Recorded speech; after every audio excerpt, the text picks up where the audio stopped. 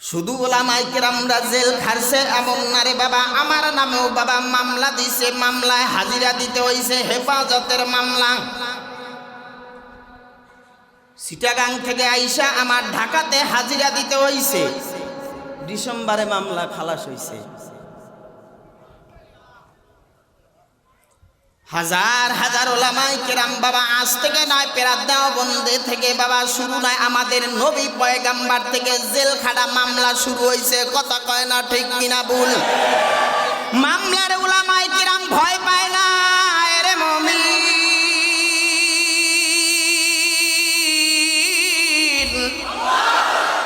মুমিনের অন্তরে থাকবে আমার মাওলা পাকের ভয়। ইন্নামাল মুমিনুনা আল্লাযীনা ইযা যুকিরাল্লাহু ওয়াজিলাত কুলুবুহুম। আল্লাহু আকবার, জোরে বলেন। আল্লাহর জিকির করলে, আল্লাহর কথা বললে, আল্লাহর বিরুদ্ধে কোনো নাস্তিক যদি কথা কয়, কোনো বেনমাজি যদি কথা কয়, কোনো বেরোজগার যদি কথা কয়, কোনো বেঈমান যদি কথা কয়, যদি কোনো মুমিনের দিলটা না কাঁপে, মুমিনের ভিতরে জোশ না আসে, তাইলে ওরা মুমিন হইতে পারে না। মুমিন নামে ওরা একটা বাটপার। ঠিক কিনা ভুল? জোরে চিল্লায় বলেন। এ বাবা, ইসলামী আন্দোলনের প্রতি যারা হামলা মামলা যারা ঝাঁপাইয়া পড়বে, তাদের বিরুদ্ধে ঝাঁপাইয়া পড়তে কারা কারা রাজি? আল্লাহু আকবার বলে ধরেন বাজি। রাজি সবাই? না, নবী কে বলে আমার উম্মাত দুজকে যাইতেছে, খুব আনন্দ লাগতে আছে। হ্যাঁ না, নবীর বেজার হইব। আচ্ছা বুঝা কইেন কিন্তু। তাহলে নবী কইছি কি? আমি চলে যাব, দুইটা জিনিস তোমরা আঁকড়ায় ধরবা। কয়টা জিনিস? ক্বালান নবী সাল্লাল্লাহু আলাইহি ওয়াসাল্লাম তারাকতুম ফীকুম আমরাইন লান তাদিল্লু মা তামাসসাকতুম বিহিমা কিতাবাল্লাহ ওয়া সুন্নাত রাসূলি। এক নম্বরে আল্লাহর কোরআন, দুই নম্বরে নবীর সুন্নাহ। এই দুইটা জিনিস যারা আঁকড়ায় ধরবে, মৃত্যুর আগ পর্যন্ত তারা পথভ্রষ্ট হবে না। এই দুইটা অনুযায়ী জিন্দেগি চালাইতে রাজি তো সবাই? নবীজি যার কোনো গুনাহ ছিলেন না, এরপরও নবী কিয়ামুল লাইল ফজর পর্যন্ত, আমাদের নামাজ হলো 5 ওয়াক্ত, নবীর ছিল 6 ওয়াক্ত। সুবহানাল্লাহ থাক না, সুবহানাল্লাহ কইলে তোমার গুনাহ হয়। কয় ওয়াক্ত? 6 ওয়াক্ত নামাজ নবী পড়তেন। আর নবী নামাজের জন্য পাগল হয়ে যেতেন, জিকিরের জন্য পাগল হয়ে যাইতেন, তেলাওয়াতের জন্য পাগল হয়ে যেতেন। আমাদের আকাবিরা হুবহু তাই। এজন্যই তো বলছে পৃথিবীর মধ্যে ইন্নামা ইয়াখশাল্লাহ মিন ইবাদিহিল উলামা, পৃথিবীর মধ্যে সবচেয়ে যদি আল্লাহরে ভয় করে উলামায়ে কেরাম। আলাইকুম বিমুজালাসাতিল উলামা। উলামায়ে কেরামের মসজিদ যে কত দামি এটা বোঝানো সম্ভব না। আওলাদে রাসূল হুসাইন আহমদ মাদানী রহমাতুল্লাহ আলাই, যার শরীরের মধ্যে নবীর রক্ত, সুবহানাল্লাহ, তিনি ছাত্র, ছোট্ট মানুষ, খেদমত করে উস্তাদের, কিন্তু তার উস্তাদ শাইখুল হিন্দ রহমাতুল্লাহ আলাই, তিনি একদিন বৈশা রইছে, হুসাইন আহমদ মাদানী রহমাতুল্লাহ আলাই আসছে, আইসা খেদমতের জন্য বসার পরে এ বাবা, যখন একাত্রে হুসাইন আহমদ মাদানী রহমাতুল্লাহ আলাই, ছোট্ট বয়সের একটা যুবক, কয় এখন পর্যন্ত হুসাইন আহমদ মাদানী অত বড় আলেম নয়, শাইখুল হিন্দ এত বড় একজন বাবা আবেদ এবং শাইখুল হাদিস, কয় যিনি হাদিস পড়াইতে বইলে চক্ষু বন্ধ করলে আমার নবীকে রওজায় দেখতে পাইতেন।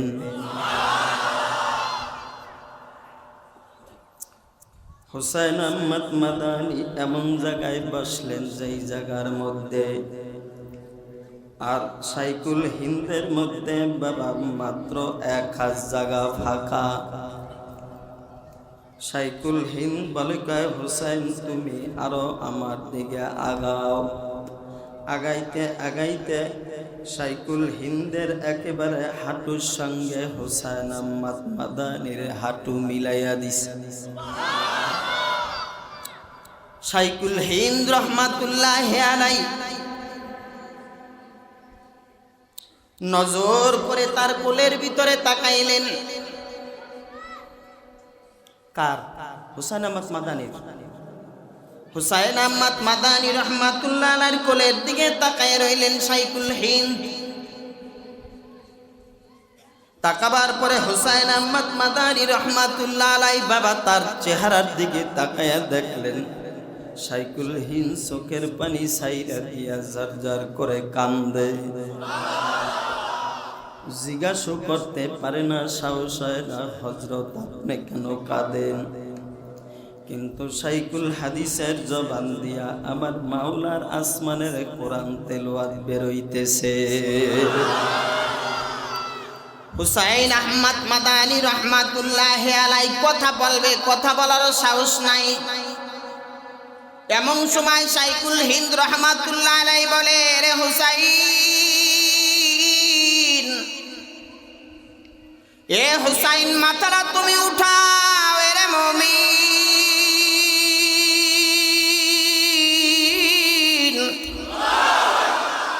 কয় মাথাটা জলদি করে তুমি উঠাও, মাথাটা উঠাও।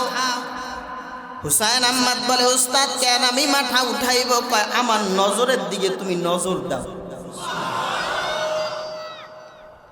কয় নজরের দিকে যখন আমি হুসাইন নজরটা লাগাইয়া দিছি, লাগাইয়া দেওয়ার সাথে সাথে দেখি আমার ভিতরে যেন কি গড়গড় করে ঢুকে। আমি চিন্তা করলাম কি ঢুকতেছে, আমি ভাবতেছি আর চিন্তা করতেছি। যেদিন আমারে বসাইলেন আর নজর করে তাকাইলেন, তাকাবার পরে এবার দ্বিতীয় দিন বলে কয় হুসাইন চক্ষুটা বন্ধ করো। হুসাইন যখন চক্ষুটা বন্ধ করছে, বন্ধ করার পর দেখে আমার নবী রওজার মধ্যে বইয়া রইছে।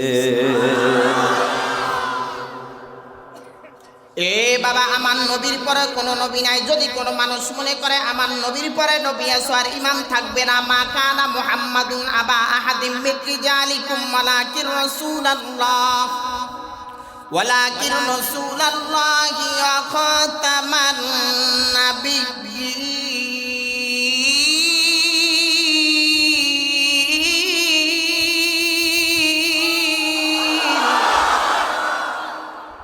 আমার নবীর পরে কোনো নবী নাই। যদি কেউ বলে আমার নবীর পরে নবী আছে, তার ঈমান থাকবে নিজরে কোন।